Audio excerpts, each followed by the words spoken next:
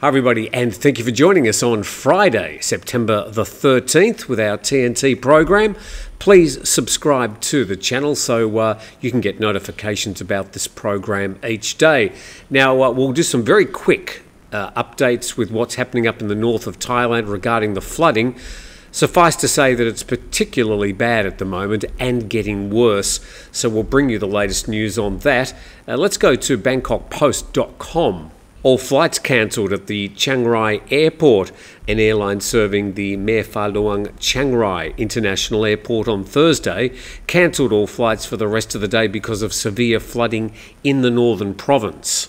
Now, I predict that they're going to be closed today as well, but if you are flying up to the north of Thailand, including Chiang Mai and Chiang Rai, I'd urge you to check the status of your flights before you head to the airport. The Transport Minister earlier advised the public to avoid the airport as the access road was underwater, preventing staff and travellers from reaching the site. The floodwater affected only the entrance of the airport and the houses of staff, but it didn't reach the passenger terminal, aircraft parking areas, taxiways and runway. And just down the bottom there, of course, the airport's ready to facilitate the transport of necessities to help flood victims. And just a quick update in the aftermath of what happened in Vietnam, mostly last weekend, this covered in KhaosotEnglish.com. Flash flood sweeps away a hamlet as Vietnam's storm toll reaches 155 dead. A flash flood swept away an entire hamlet, basically a village in northern Vietnam, killing 30, leaving dozens missing as deaths from a typhoon and its aftermath climbed to 155 on Wednesday.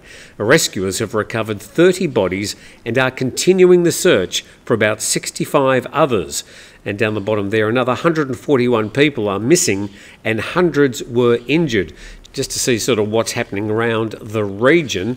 This is the big one, Babinka, which is making its way towards China, pretty much heading for Shanghai at the moment, but another 4 or 5 days away.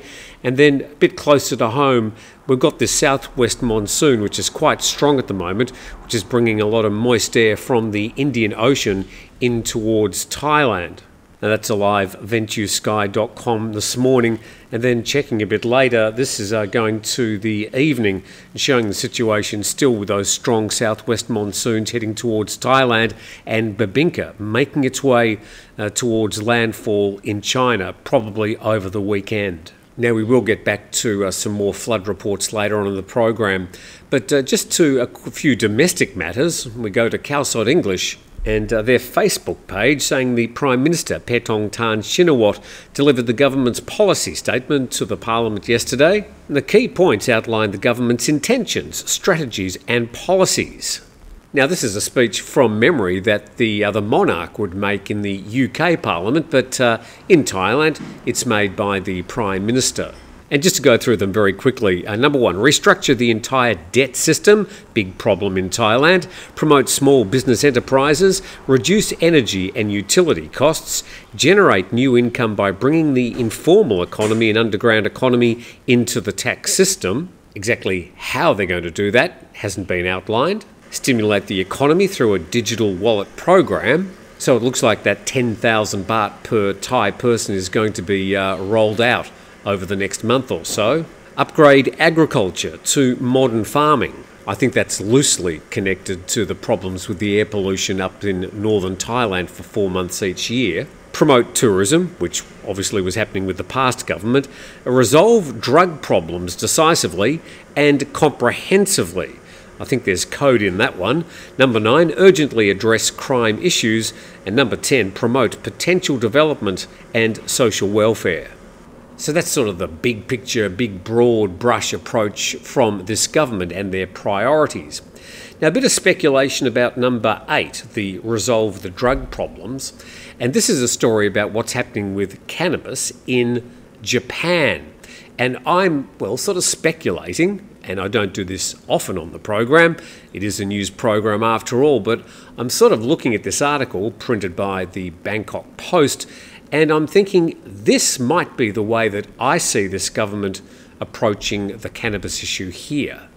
In Japan, to criminalise cannabis use, well, let's see what that means.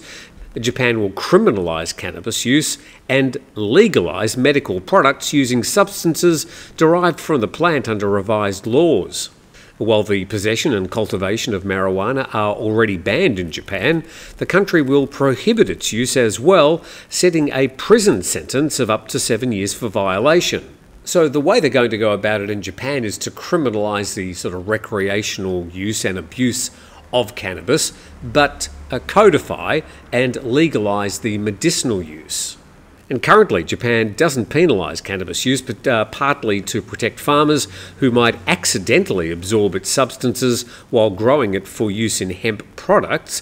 But it reversed its stance amid increasing concerns that the lack of a ban on use is promoting drug use by young people. And at the same time, the country will permit the use of cannabis-derived medical products. Drugs made from cannabis plants are currently only permitted in clinical trials.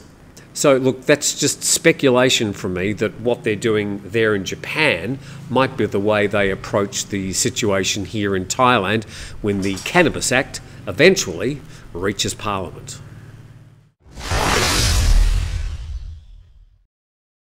And we do invite your comments about what you think is going to happen here in Thailand regarding that issue. That's some good news for 5-star Marine fans. We go to the 5-Star Marine Facebook page. For the first time ever, you can buy the shirt off our back. Now, it's not yet available online for sale, but if you pop into the office, you can pick up your very own 5-Star Marine t-shirt or cap. I'm a bit desperate for models. It looks like they got Lisa and Jay there modelling the 5-Star Marine shirts. You got shirts in all sizes for boys and girls, also 5-Star Marine caps. I think you'll see me wearing some of that attire next week. All right, let's go to Pattaya. And the PattayaNews.com reports heavily intoxicated foreigner steals taxi across from drunk driving checkpoint and crashes into utility pole in Pattaya. So that's one of those headlines that basically covers the whole story. Let's see what happened. And a foreign tourist, allegedly intoxicated after drinking alcohol and smoking cannabis, stole a taxi directly across from a drunk driving checkpoint and crashed into a utility pole in Pattaya, injuring himself. And the incident occurred early yesterday morning, and police didn't have to go far as the entire incident took place only a few dozen feet from a police drunk driving checkpoint. Authorities discovered a blue and yellow taxi which had veered off the road and collided with the utility pole, severely damaging the front of the vehicle. They were surprised to find the driver was a white foreign man between 25 to 35 years old. He was reportedly heavily intoxicated from alcohol and wearing only boxer shorts. He appeared disoriented and claimed he'd also been smoking cannabis. Now, how did all this happen? Well, according to the taxi's 37-year-old owner, he left the taxi running while he went into the convenience store, and then he noticed a foreign man opening the car door and speeding the taxi away. But the suspect didn't get far before crashing into the utility pole. Fortunately, traffic police were conducting alcohol checkpoints there. A bit of an interesting take from the Pattaya News here at the end of the story. He'll have to pay for the damages to the car and the pole. They also plan to test him for harder illegal drugs. Due to the grey legality of cannabis, suspects often try to blame incidents on it to attempt to avoid harsh charges for harder illegal drugs like meth. And the video footage there from the Khao English Facebook page. Heading to Koh Pha Ngan now. And this reported on the KhaoSouthEnglish.com webpage. Paradise Lost. Australian sex crime suspect arrested on Koh Pha Ngan. And immigration police arrested an Australian wanted for 13 sexual assault cases and 2 rape cases in Australia. He was hiding in Thailand. He's a Mr.Helio, a 62-year-old Australian national, and the article says the serious crimes he committed in the past caught up with him, preventing him from living the life he'd hoped for. Helio was arrested by Suratani immigration police yesterday for overstaying his visa.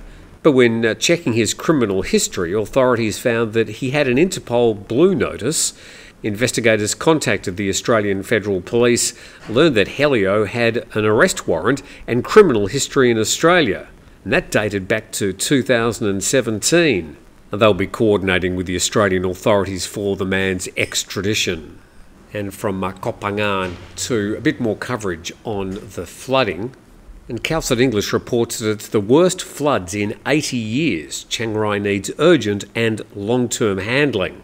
Now, whilst we've had a bit of rain in places like Pattaya, Phuket, even central Bangkok over the last few days, nothing like the problems they're confronting up in the north of Thailand, which is turning out to be somewhat of a disaster.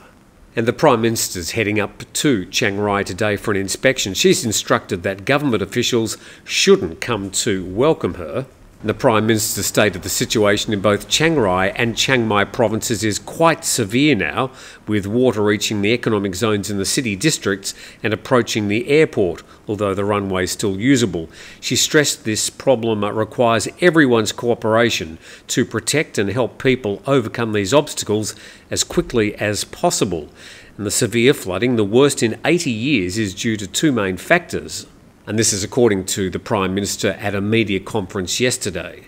First, heavy rainfall occurring 7 times, saturating the Mersey River and the land on both Thai and neighbouring countrysides. The second, the latest storm, it should be Yagi, brought an enormous amount of water, resulting in widespread damage to the Mersey market area.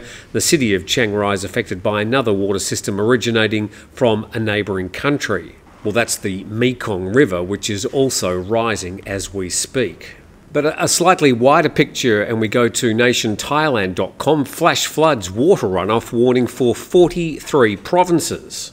And north, northeast, east, south and greater Bangkok likely to experience heavy rain flooding over the next 6 days.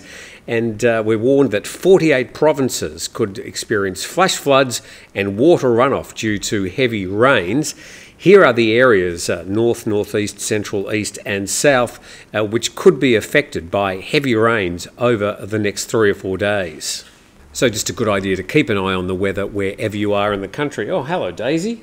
Nice to see you too. And it's got Dina less than a metre here away from me.